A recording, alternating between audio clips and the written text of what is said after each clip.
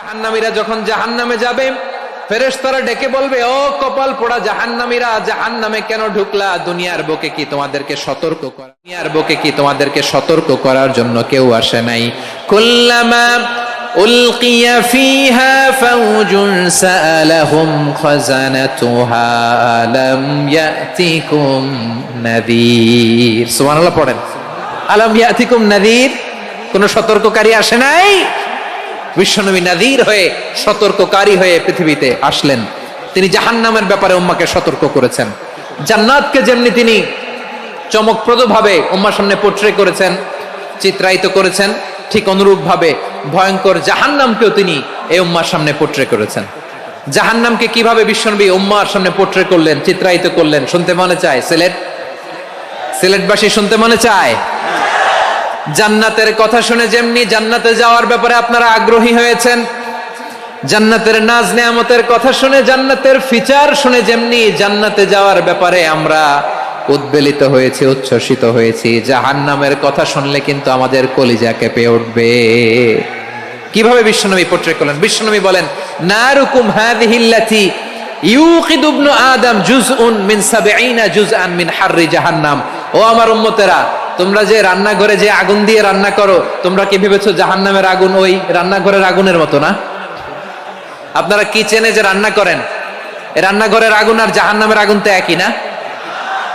সিলেটের ভাইরা বুঝে থাকলে উত্তর দেন, কিচেনের রান্নাঘরের আগুন আর জাহান্নামের আগুন এক না? একরকম?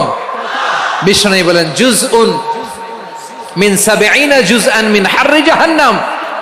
জাহান্নামের আগুন দুনিয়ার আগুনের চেয়ে কমপক্ষে ৭০ গুণ বেশি তেজওয়ালা।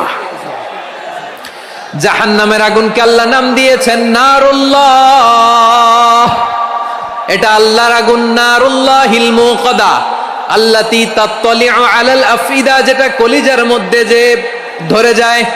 দুনিয়ার আগুন হাতে লাগলে হাত জ্বলে, পায়ে লাগলে পা জ্বলে। জাহান্নামের আগুন দেহের যেই জায়গায় লাগুক না কেন, সাথে সাথে কলিজাটা জ্বলে ছাই হয়ে যাবে।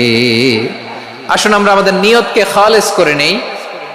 আমরা যা শুনবো আমলের নিয়তে শুনবো, নিজের জীবনকে পরিবর্তনের জন্য শুনবো, ঠিক কিনা বলেন?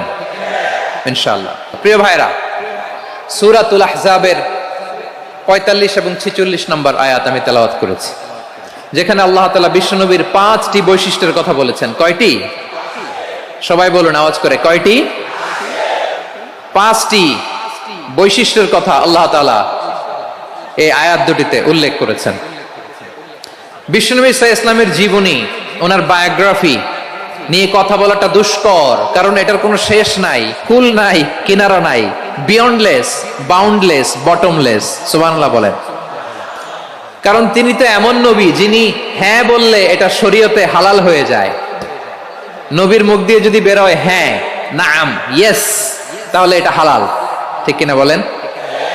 এ নবীর মুখ দিয়ে যদি না বের হয় যে না, নো, তাহলে এটা শরীয়তে হারাম হয়ে যায়। কেমন নবী আমরা পেয়েছি, যিনি হ্যাঁ বললে হালাল, না বললে হারাম, যিনি সাব্বাবা, এই আঙ্গুলি উপরের দিকে উঁচু করলে চাঁদ ভেঙে ২ টুকরা হয়ে যায়, যে নবী জমিন থেকে পা উঁচু করলে আল্লাহর আরশে মেরাজে চলে যায়।